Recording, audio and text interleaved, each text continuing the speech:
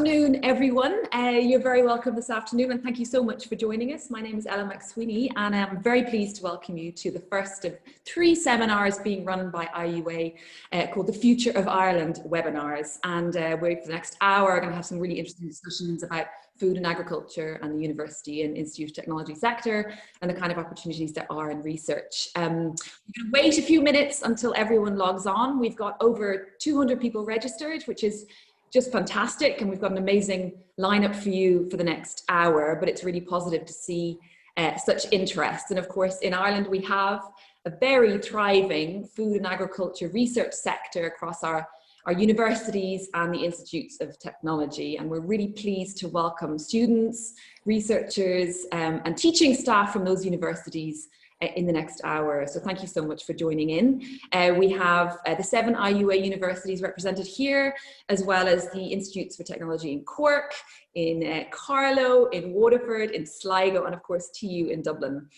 We've also got people from the state agencies and authorities, so you're very welcome, people from Board Thia, from Teagasc, from Enterprise Ireland, and of course from the Department of Agriculture.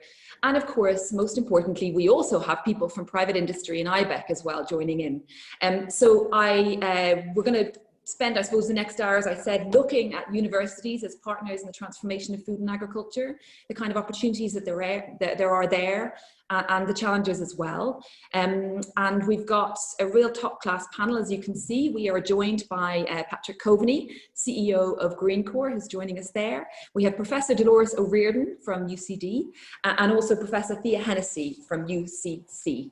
And before I start, I want to very quickly mention one thing, and that is a live call by Science Foundation Ireland.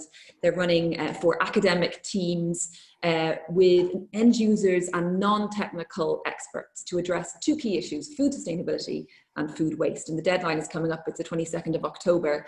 And I understand the good people in IUA are going to send you details after this webinar ends. So if you're interested, you'll be able to get that. But I think it's time now for us to get started, and you're all very welcome, as I say, the new people who just joined. And please, you can see there the Q&A section. Please put your questions to our delegates. We want to get as many questions in as possible, and we will make sure to try to do that. But our first speaker up is Patrick Coveney. Patrick, thank you so much for joining us. Patrick has been the CEO of Greencore since 2008, and he's built up the company to be the biggest convenience food manufacturer in the UK and the largest sandwich manufacturer in the world. He's a non-executive director of Glanbia and also a chairman of Core Media. And he has a background himself down in UCC. He has a BCom from UCC, class 1992, and he's still involved in UCC as a member of the advisory board of UCC's business school. And he was also a Rhodes Scholar in New College in Oxford, and he has an MPhil and a DPhil in management studies. But I'm going to hand you over now to Patrick. Ella, thank you very much. And listen, just to echo your welcome to everyone who's joining the call today. Listen, I think Ella had asked me to take 10 to 15 minutes to make some introductory remarks, and if it's okay, I might just talk a little bit about my own background in food, the Greencore story, where it's a bit of a roller coaster story, and I'll touch on some of the elements of that roller coaster. I was then going to talk about the impact of COVID in the near term, the nature of the response that we're seeing, how we're seeing people eat, and consumer behavior in relation to that. But also some longer term trends that I think we can begin to distill out even 6 months into COVID, actually, that I think will be very important for the food industry in every way going forward. And then finish with just a couple of observations on the research landscape, the role of universities, the role of and the interaction between business and university as it relates to food. Ella's given an introduction to me here. I think I'm, hopefully my background is relevant to this group because I was, at least for a while, an academic myself. I spent 8 years studying business in one form or other at BCom and UCC, and then an MPhil and a DPhil in management studies in Oxford. I then spent the last 25 years working in food, originally with as the principal part of what I did, working for McKinsey and advising food companies all over the world over the course of 10 years. And then I joined Greencore as CFO in 2005, and then 2.5 years later, coming up to 13 years ago now, I became CEO of Greencore. And for the last 6 years, I've also served as the non-executive director in another large Irish feed company, which is Glanbia.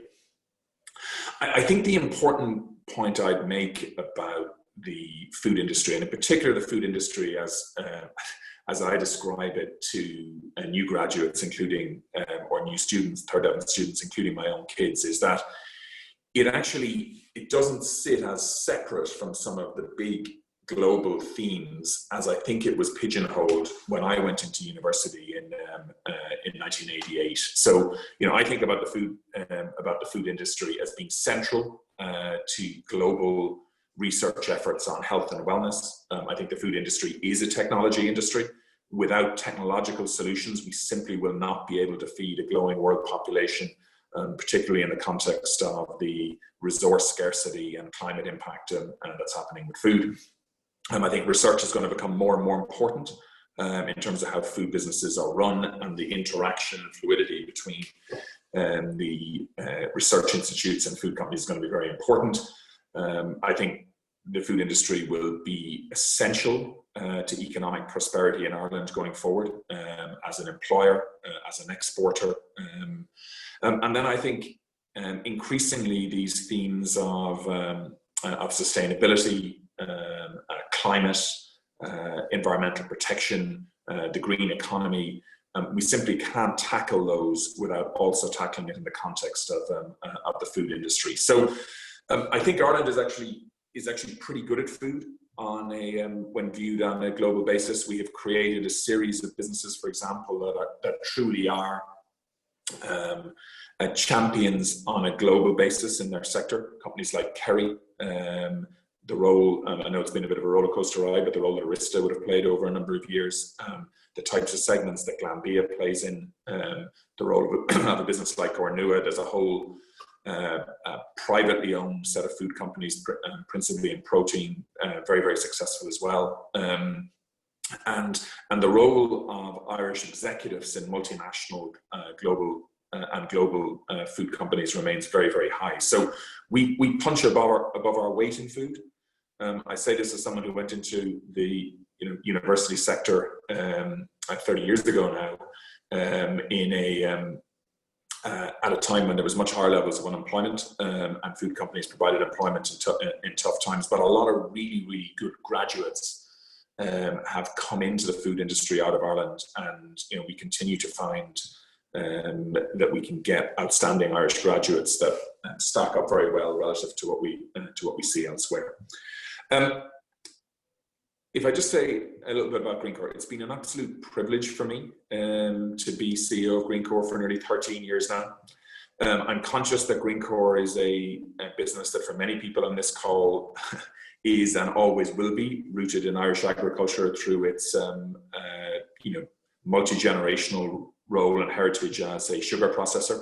I can still remember in primary school in Beaumont in Cork and Sculbarrow, where we would have had kind of teachers who'd have asked us questions that tell us the location of the 5 sugar factories in Ireland. And so that type of heritage, particularly for people of my generation or older, is always going to be part of the Greencore story. The journey that we've been on in Greencore in my time in the business has been far from straightforward. It's gone up and down, and we've gone to different places strategically and culturally through that time.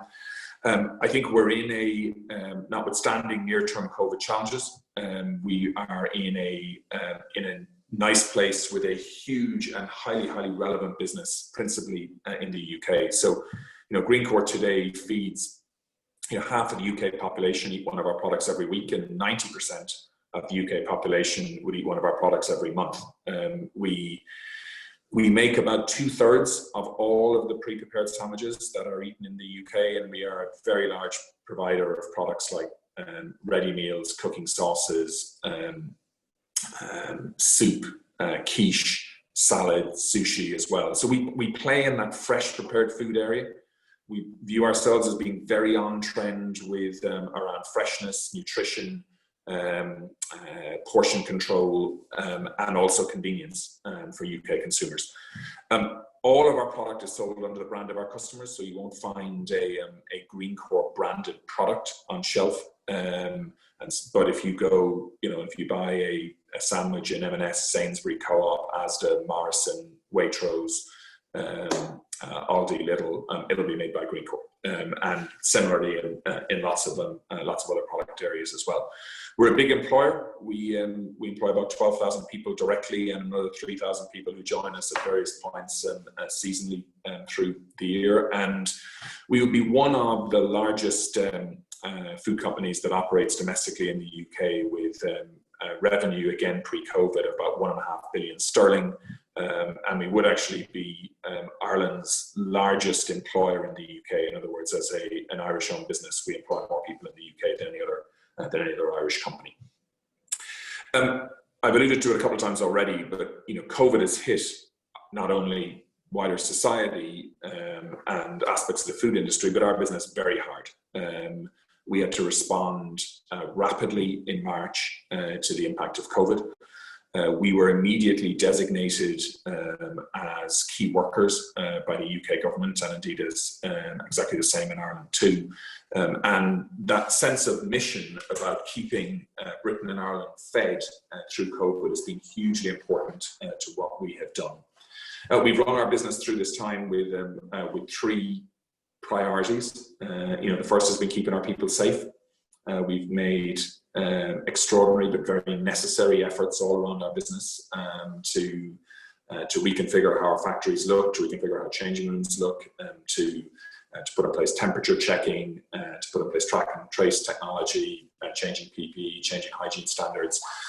We started in a reasonably good place because we came from a very food safe environment, but we've put through literally thousands of discrete initiatives against the theme of keeping people safe, recognizing that we have just an absolute moral obligation in the context of a mission of keeping Britain and Ireland fed to keep our people safe. The second thing I would say is that the demand consequences of this have been dramatic and painful. We lost close to half our revenue between the second half of March and the middle of June. That 3-month period, we saw our immediate consumption food sales fall by 70-75%, and while we got some bump in the rest, we ended up trading at about half of where we would have been pre-COVID, and we had to make dramatic changes. We did that with the support of government. We availed of the furlough scheme in the UK. We had close to 5,000 people furloughed at various stages during that quarter. Pleasingly, we've got almost all of those people now back in our business. We had to temporarily close 4 of our facilities. Again, pleasingly, we've got all of them reopened. We had to put in place cuts to pay. So, our board and executive directors took a 30% pay cut through this period, and many of the rest of our leaders took lesser levels of temporary pay reduction. Everyone volunteered to do that. So a huge sense of solidarity around how do we protect the business while keeping people safe and while keeping consumers fed at a time of kind of huge concern across society. We are, I think we're all now seeing as we lead into this winter that COVID hasn't gone away. People were hopeful, whether it was misguided or otherwise, I'm not sure, that we were on a kind of a steady path of a gradual return, a little bit more towards previous normality, but I think hopes have been dashed a bit in that regard over the course of the last 3 or 4 weeks. And so I think all of us are knuckling down to say, we've got 6 more months of this in terms of how we run a food business through this kind of environment. And I think that's that's going to be challenging, and it's going to be challenging in all sorts of ways. I know it's particularly challenging for people who are running universities. We were talking about it in advance of this call too. But actually, although I'm pessimistic about the near term and the challenges that we're going to have to tackle, I'm actually quite optimistic about what happens whenever we come out the other side of COVID. And so I'm very much a kind of pragmatist around how hard we've got to knuckle down to protect and just to survive through this COVID period. But I think the bounce back will be dramatic and strong. And I think consumer spending will be dramatic and strong when we see a medical intervention on the far side of COVID. I just wanted to touch on some kind of longer term themes that will play out, I think, post this near term survival COVID phase that I think are relevant for all of us in the food industry and for everyone who serves the food industry in one form or other. I think, and I'm going to touch, if you'll allow me, briefly on 5 points. So the first thing to say is that we are all learning to work differently through COVID. And while I think some of those changes, in terms of people who are prophesizing that they will endure in perpetuity, are overstated, I think it's undoubtedly true that work will be more flexible on the far side of COVID. And you will see big differences in regions, in the roles of cities, in generational differences between how 18 to 35-year-olds choose to work versus how people who sit with young families choose to work versus how people who are heading towards retirement choose to work. And all of that is going to have implications on the demand side for the types of food people want, where they buy it, what formats serve them, and the nature of what traditionally would be described as the balance between a food industry that's served through grocery channels and a food industry that's served through what we call food service. And I think you're going to see lots of interesting new business models play out there. And I think understanding that and getting ahead of that in terms of food propositions, in terms of product, packaging, distribution, routes to market, branding, digital will be really, really important. Second point, which has happened already, is that the world in terms of food distribution has jumped forward 5 years in terms of direct-to-consumer propositions. The level of online ordering and the use of, whether that be the kind of multi-format things of a Tesco.com or SuperValue.com type businesses in Ireland, or whether that be the big yet again jump forward in Amazon or Ocado. We are, consumers are shopping more digitally, and they're not going to go back. And so again, business models that play against that, and the technology that underpins that, the consumer insight and shopper insight that underpins that, I think is going to be more important. Thirdly, consumers have become less promiscuous around where they get their food. Trust has become more important. Trust in the manufacturer brands, trust in the hygiene standards across particular outlets, trust in grocers. So we've seen a big step up, actually. My data is mainly UK in this regard, but like the grocery sector in aggregate has become the second most trusted set or family of brands in the UK after the NHS, way up versus where it would have been pre-COVID. And I think that sense of equity and trust around how people have been served in food through this period, I think is going to endure, and it will create interesting opportunities as we go forward. Fourth theme is around health and wellness. So I think some things are happening immediately in food, like the role of hygiene in food and what that means for packaging, that I think will endure. I also think as we individually and collectively do more of a stand back from COVID and think about this pandemic perhaps as a precursor to subsequent ones, I think this preventative approach to avoiding illness and to being fitter and healthier and weller in terms of how we feed ourselves, live our lives, not being obese, and avoiding the development of these pre-existing conditions, as they're referred to, is going to become ever more important. Undoubtedly,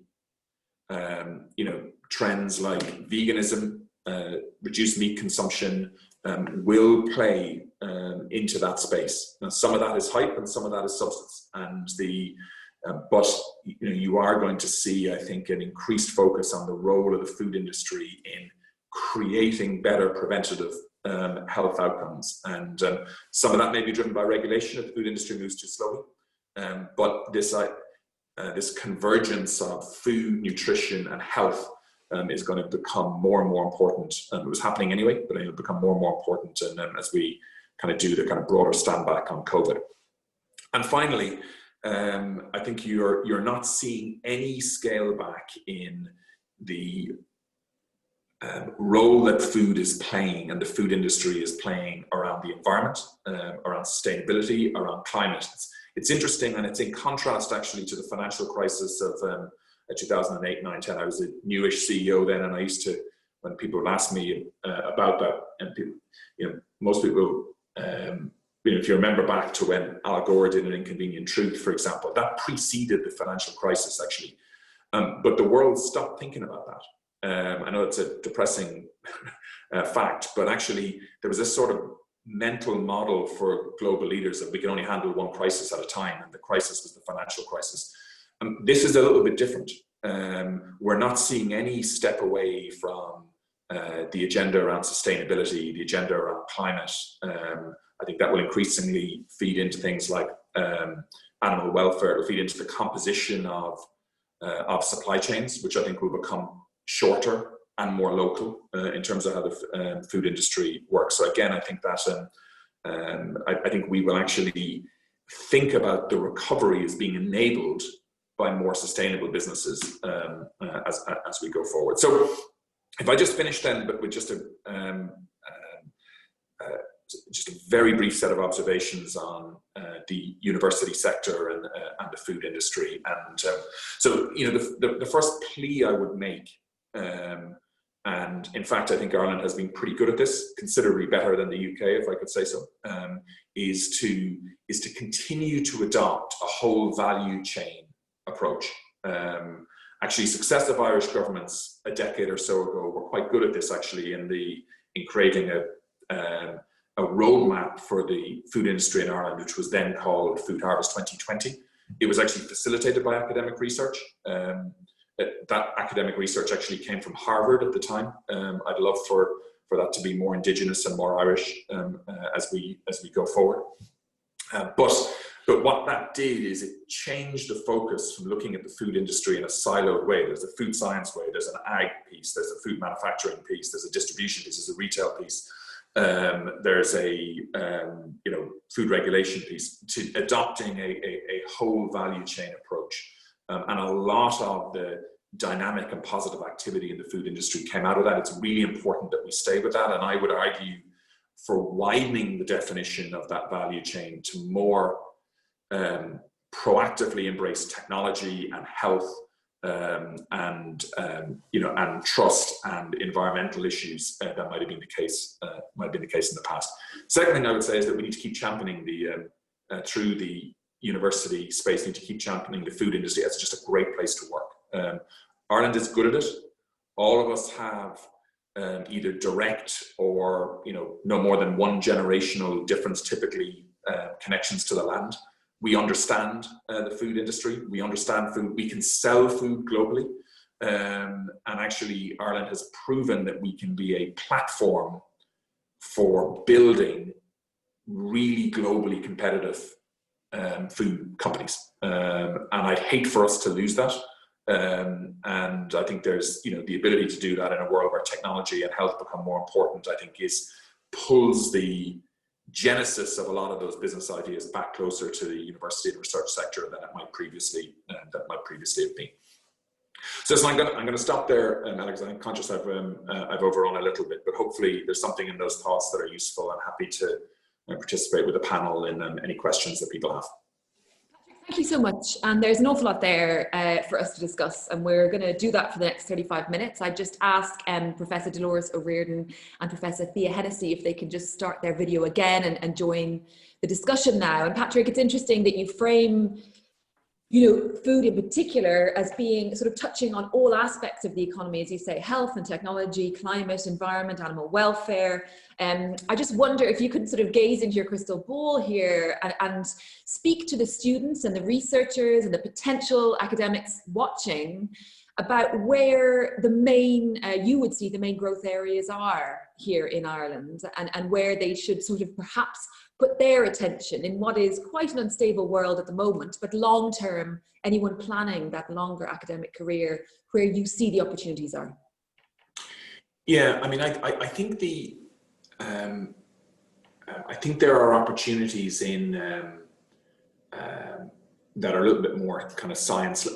If I contrasted that with them, too often the debate around the food industry in Ireland centered on how do we export stuff, right? And not quite enough on the kind of concepts that can become globally scalable, that aren't restricted to the ability to export volumes of food out of Ireland. And so I think some of the big opportunities will be on, you know, on packaging technologies, on nutritional composition of food, on the formulations around that balance meat and non-meat in people's people's diets, and those sorts of areas, and that's why I like to think about.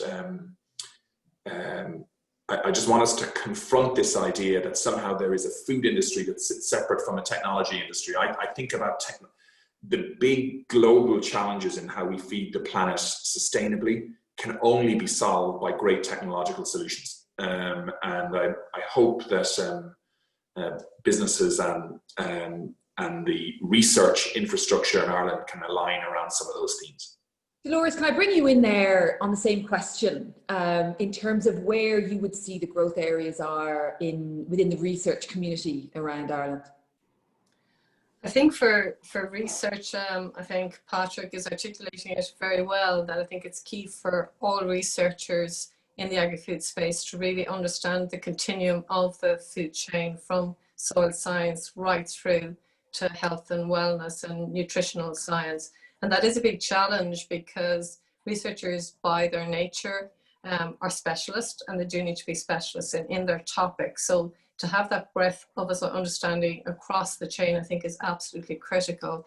Sustainability is not going to go away, and I think it's for researchers really to grasp that it's sustainability from an environmental point of view, which I suppose is very much to the fore of the media at the moment, but it's also about the economic aspect of sustainability, and indeed the societal element. And again, I would point to the societal element being the health and wellness, and certainly the public now having an increased grasp of the impact that diet can have on their health. So I think it is a big challenge. The other area is around digitalization. There's no researcher that at the moment really isn't generating copious amounts of data. So it's become rather easy to generate data and more difficult to analyze data and really take the impactful messages out of it. So I think all researchers, and indeed our undergraduates, really have to get up to speed with the digital technology. There are fantastic, I think, opportunities in terms of digitalization, from precision in agriculture at farm level through to sustainability from a food processing point of view, and indeed the wearable technology to help consumers make informed choices with regards to their diet. I'd also agree from a globalization point of view. I think most researchers, particularly by nature, will have international partnerships and collaborations. I think the challenge from a globalization point of view is more from undergraduates, to allow them to see the opportunity, and particularly that we have research-led programs that will inform our graduates, particularly with regards to the supply chain and Ireland's role in supplying high quality food to the world. And Thia, just to bring you in on the same question, I suppose as part of that, also ask whether, you know, up to the level of PhD and postdoctoral level within the research community, is there also much demand for that into the future? Hi, Ella. Yeah, I think if we look at the mega trends there that Patrick has identified facing the future of the sector and some of the key challenges, I think that we see it's the meeting of disciplines is what's really important. people that understand the food chain, as Dolores has said, from soil science to human health. And, you know, I think that requires a very broad set of skills. So I think PhDs who are specialists in a particular area, but also understand the importance of interdisciplinarity, how food impacts from the environment through to human health is really important. So I would say from a business perspective, we do see big opportunities in the area of research for PhDs coming out of the food business area that can exploit, for example, disciplines like information systems, but applying those to the food sector to support better decision making. And then I guess across the sciences, it's really in the area of product development, innovation, packaging, anything that can improve the environmental footprint of food production, but also serve that taste and nutrition demand that's there from the consumer. So I would see lots of opportunities actually for PhDs entering the food industry. Patrick, you know, one of the things you spoke about in going through a bit of the Greencore business is just how quickly things in the food sector can change in light of COVID, obviously. I wonder, obviously having to bring up the dreaded Brexit situation as well, you have two huge things that are, you know, quite a significant, to put it mildly, challenge specifically to the food sector in Ireland. And I wonder how best, if it's possible to say this in a succinct way, how best it is to respond to these challenging environments, but also what role research can play in that in the next few years. Yeah, I mean, I remain reasonably hopeful that there will actually be a free trade deal done between Britain and the EU. But it's also worth, I guess, saying that even if there will still be levels of disruption which weren't there before, right? In terms of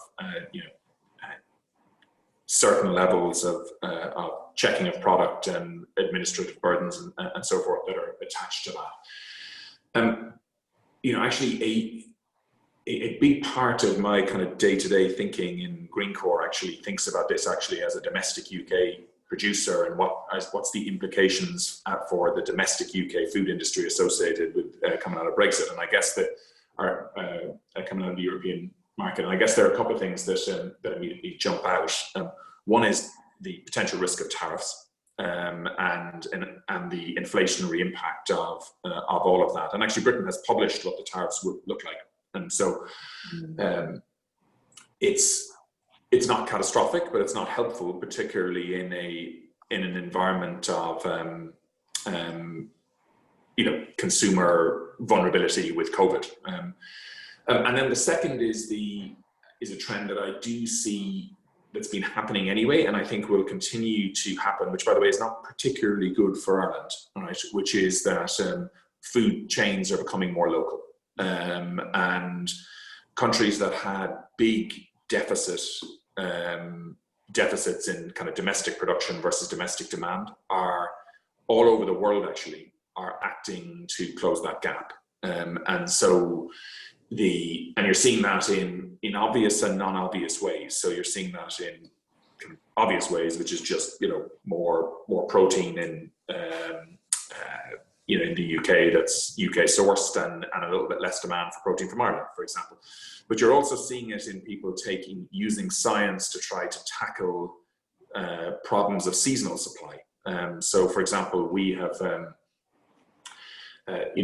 put in place quite a lot of technology-led solutions around how we source different types of leaf, right? So, rocket, wild spinach, iceberg lettuce, herbs, and so forth, where we're actually growing most of those hydroponically now, and we can grow them through the year, and we don't have this same degree of traditional seasonal requirement from Southern Europe in the winter and more domestic in the summer. So I think that that will create opportunities and challenges for Ireland. I think the traditional model here that we could just bang out tons of beef and dairy product on dairy powder and ship it to the UK and other places around the world, that model will come under greater challenge because of Brexit, but I think it was coming under greater challenge anyway. And so so we're going to need to adopt slightly broader definitions of what constitutes value added.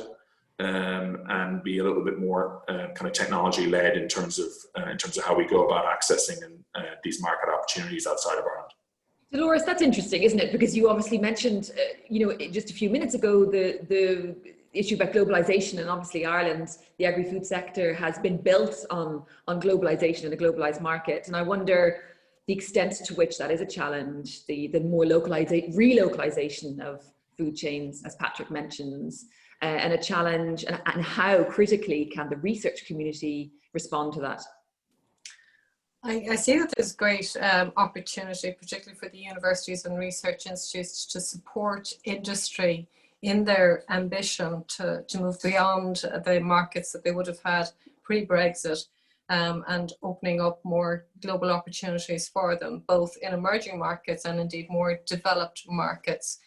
I think the universities can play a role in, Patrick talks about the added value piece. So I think it's in that added value piece in giving the differentiation to products.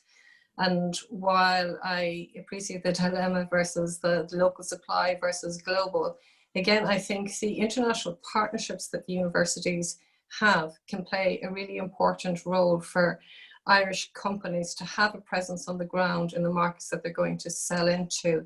I think one case example would be that we've talked about the mega trends in terms of sustainability, health and wellness, but the consumers are really discerning in terms of, yes, they want diversity of food, but the overriding condition of repeat purchase is really based on taste.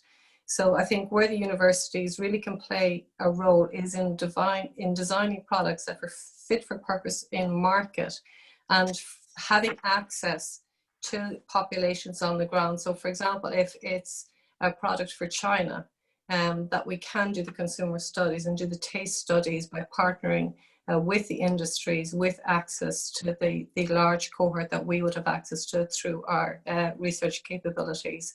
Say UCD, for example, has just launched a joint international college in Guangzhou in South China. So there we've started undergraduate programs, but again, it would give companies the access to that whole Greater Bay Area of China and accessing the consumers there, greater understanding, and yet we could have the technical skills to support the innovation product development. And I wouldn't confine it just to the end product and taste, it's back to that supply chain as well, helping them get their product from Ireland in a sustainable way to reach those markets. So would you say that you would not see in the short term too much of a relocalization within Ireland? Partly, one would imagine, because we don't have necessarily the population to support that. For now, no, I think it will be. It's very much back to the strapline of the food wise strategy. It's, you're thinking local, but reaching global. I think really that is where we will be for quite some time to come, and our role will be accessing those global markets. Thia, just looking a little bit about the kind of graduates from the agri-food area within the Irish research community, do you have a sense, or can you make a judgment about whether they are equipped with the necessary skills for the kind of challenges in the future and opportunities, but the kind of issues that Patrick has raised, and yourself and Dolores as well? Yeah, I think it's coming back to this point about taking the whole value chain approach and understanding the food system from farm level through to the consumer. So I think that needs to be an important aspect of any undergraduate, postgraduate degree program in food science or food business, for example. So if I just take the example of the business school here in UCC, we have an undergraduate degree in food marketing and entrepreneurship, but those students take modules in food science as well. They understand the science behind food production, the environmental impact of food production, and also understanding consumer behavior. So I think it's very important that that understanding spans all parts of the supply chain. And equally, if you look at our agricultural science degree, I think for young people potentially entering the farm sector to understand the importance of the environmental impact of food production, what they can do on their own farms to improve that environmental impact, and how that follows through to meeting consumer demand. So I think it is really reflecting all aspects of the food supply chain in the programs we're offering to students. And I think it's giving them the skills to have that level of independent thinking and innovative thinking so that they can rise to the challenges that we haven't even talked about or thought about yet. So the idea, I suppose, the more historic idea of food being in a silo, agriculture being in a silo, that really, as Patrick outlined in the beginning, food and agriculture touches everything, that needs to be reflected in the kind of research programs and the teaching in universities and the Institutes of Technology across Ireland. Absolutely, and I think we can look at that through two lenses. First of all, we have students who are specifically taking programs in the area of food, but then we have people like Patrick himself who came into a general business program and have ended up in the food industry. So for example, in our general business degree here in UCC, we would also have a stream in the area of food where we can teach some of the basic business or management principles through a food lens. And I think it's a very good way of teaching subjects like strategy, supply chain, the importance of sustainability and all of that, because I suppose at the end of the day, it's a sector that everybody can relate to regardless of what program they're studying. Patrick, I think your mention of technology is interesting, especially for people that may be interested in the area of computer science and looking at that area as an opportunity for them. And I wonder, we've had a question in about your mention of technology in this area. Can you expand a little bit about where you see the opportunities? So we obviously have things like blockchain technology and sensors and all the rest, but can you just expand a little bit, Patrick, on where you would see those opportunities? Yeah, I mean, this might sound like just a list of ideas, and it probably isn't any more than that, Ella, to be honest with you. But so I'm going to give you a few themes that I think, if you could technologically crack them, would make a huge difference to in terms of market. I mean, so one is the world is looking for a scalable meat-free protein model, right? You've seen that with Beyond Meat and the Impossible Burger and the crazy level of equity valuations that are attached to those types of propositions. I think there's a huge theme in, I say this, by the way, as a kind of wannabe consumer in this space, which is how do you make vegan food taste better, right? The big challenge in veganism is that actually it is flavor, and in particular flavors that aren't that are delivered naturally. And I'm sure there are people on the call who would disagree with that assertion, but nutritional composition around veganism is a big challenge. I think continuing to find packaging solutions that can extend product life and protect food safety outcomes is very important. I think there is a primary, I mentioned the hydroponic stuff that we're doing in Greencore, but ways of growing traditionally seasonal crops in tough kind of climatic or seasonal environments, I think is going to be important. There's just a whole world of tailored nutritional solutions that play to kind of health, wellness, performance outcomes. I think the D2C model is going to allow more and more personalization of diet and trying to understand that. I think there's definitely something in the area of blockchain around transparency, trust, all the way through the supply chain, so the consumer can see where every component of the food has come from.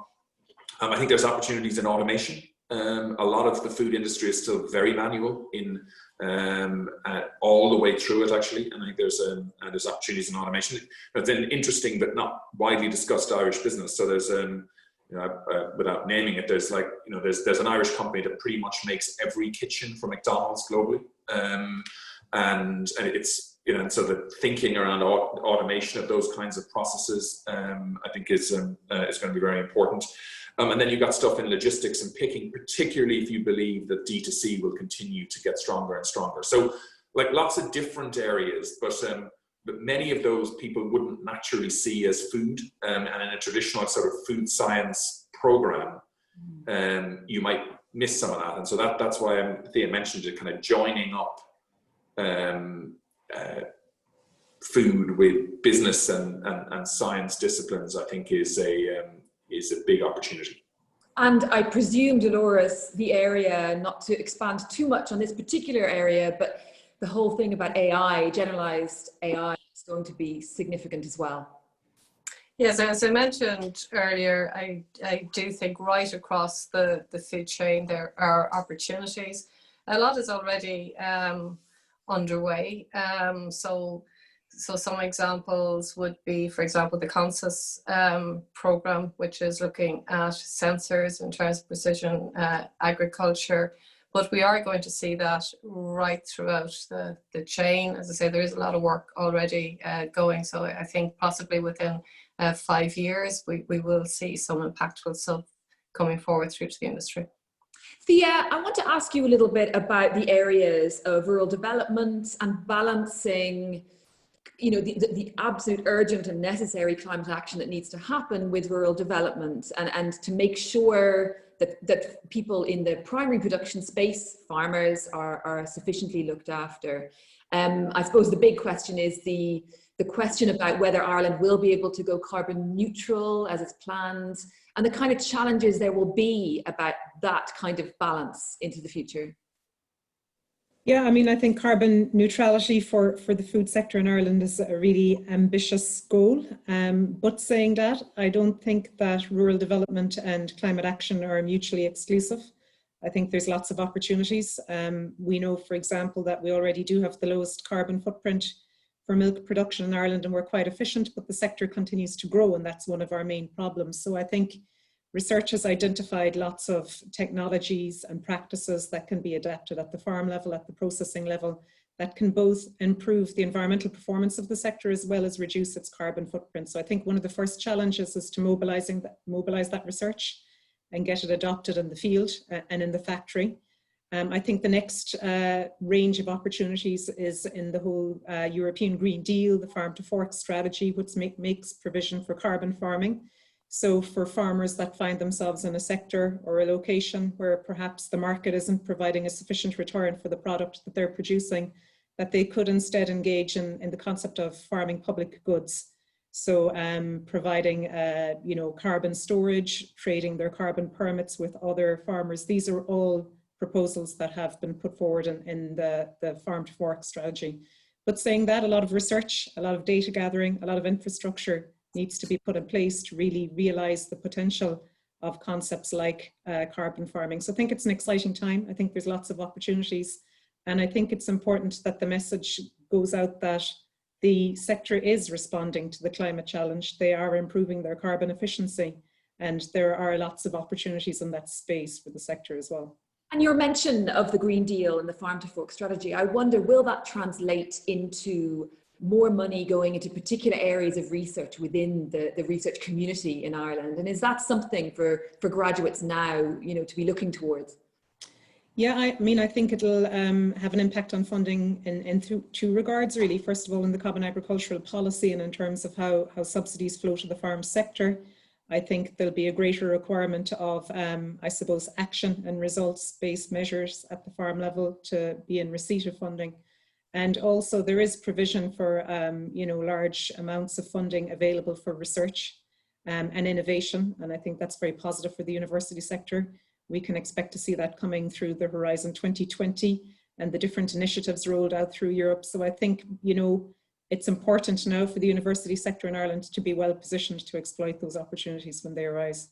I mean, Dolores, we saw, I think, am I correct in saying that Minister Harris mentioned €1 billion has been funneled in through the European Horizon 2020 funds into Irish research institutions? I mean, it's a phenomenal amount of money, and one can only presume that into the future that is going to be a very key source of funding for researchers in the agri-food space.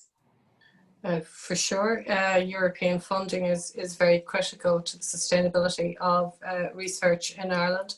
I think we're very fortunate to have research institutes and universities in Ireland that, despite difficult times for government, that food and health has been kept as a research priority.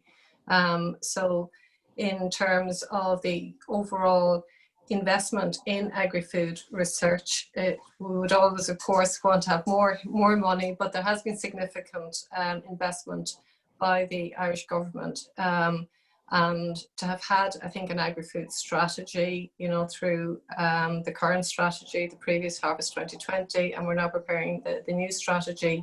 It really is wonderful to be part of research in a country that does have a focus on agri-food, and it being such a critical core industry to the country. So therefore, I think our researchers, if you look at the universities, be it UCD, look at UCC and indeed other universities, with very high performing scientists in terms of the impact that they're making in the agricultural field.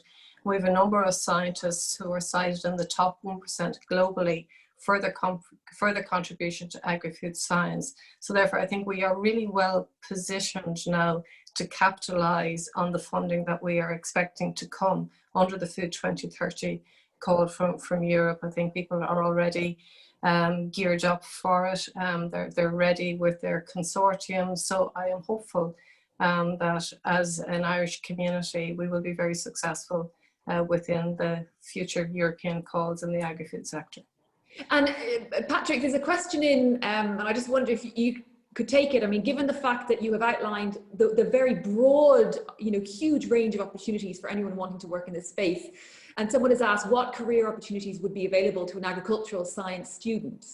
So that question, and also for someone who wanted to go into agricultural science, part of me wonders, is it worth doing agricultural science as a primary degree anymore? From what you're saying, the opportunities are so huge around it that really you could get into that space any which way you want, through business, through computer science and all the rest. Yeah, I mean, I make just a couple.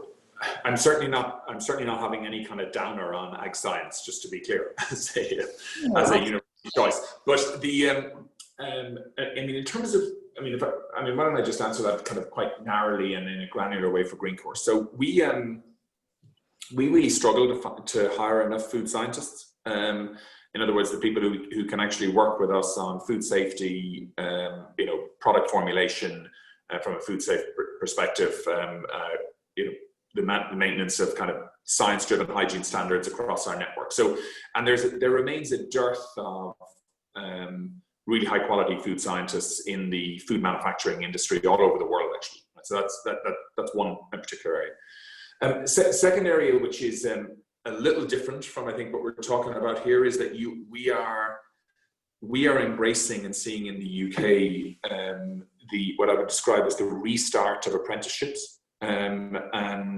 actually much more kind of continuous learning. There are a lot of there's a whole cohort of kids coming out of school who value the opportunity to be able to work and learn concurrently. And there has been a pretty significant public policy initiative in the UK for the last 6 or 7 years around incentivizing apprenticeships. Now, you'll find lots of companies who give out about it, which is the apprenticeship levy, and we don't. We found it to be very successful. I'm actually doing this call from our largest manufacturing facility in Worksop in Yorkshire in the UK. And I spent yesterday morning actually for the first time in 6 months walking in a safe way around our manufacturing, and the two people who took me around were both people who are in the first year of an apprenticeship scheme, and describing all the initiatives that we've done to keep people safe and to keep the food safe. So there, I think apprenticeships is another area too. But I think if you were looking at it very narrowly as a graduate, the food industry needs more food scientists. Okay, that's very clear. Thia and Dolores, within what you're doing now, obviously we've just started the new term. I do wonder, we briefly mentioned it before we came on this call, how things are going with online learning in food and agricultural courses that you're teaching, and how you're finding it, and how the students are finding it as well. Sure. Maybe if I could come back to the question about agricultural science as well first. Sure, yes. What we've seen at the farm sector is a transformation from, I suppose, a very traditional labour-intensive type sector to something that is now embracing all aspects of science, whether it's from data analytics, the use of mobile phone apps, the understanding of environmental science. It has become a really complex task, I suppose, to run a modern day farm. So we see, actually, we started our first agricultural science program in UCC just last year, huge demand for that program from people who intend to go back to the farming business that they came from, that their families are running, and an understanding that they need that level of skill and technical ability now to run a modern day farm that maybe wasn't needed a decade or a couple of decades ago. So I think the opportunities in the farming sector for agricultural science students are really important, and that's before you look at all across the food and agribusiness sector more generally. So getting back to your question on how online semester is going, we started just this Monday, of course. We had planned to have a blended model to have our students on campus with us here on Monday, but that got changed last Friday evening. To our surprise and somewhat disappointment, but we are adapting to it, and we are delivering our lectures online now. It has some advantages. Some of those students coming from those farming families can stay at home if they want to and take their lectures. But I suppose, you know, there are challenges in terms of keeping students engaged and giving them a quality student experience and enjoying all the aspects of campus life they normally would. So I think that there are ups and downs, but we are adapting to it, and the feedback so far in terms of attendance at lectures and engagement with online platforms is very positive. Thanks. And Dolores, we heard earlier Patrick talking about COVID and having to work differently, and I presume this pushes that definition quite far for you. How's it going, and do you expect it to be what they say the new normal for the next couple of years, or are you planning otherwise, shall we say?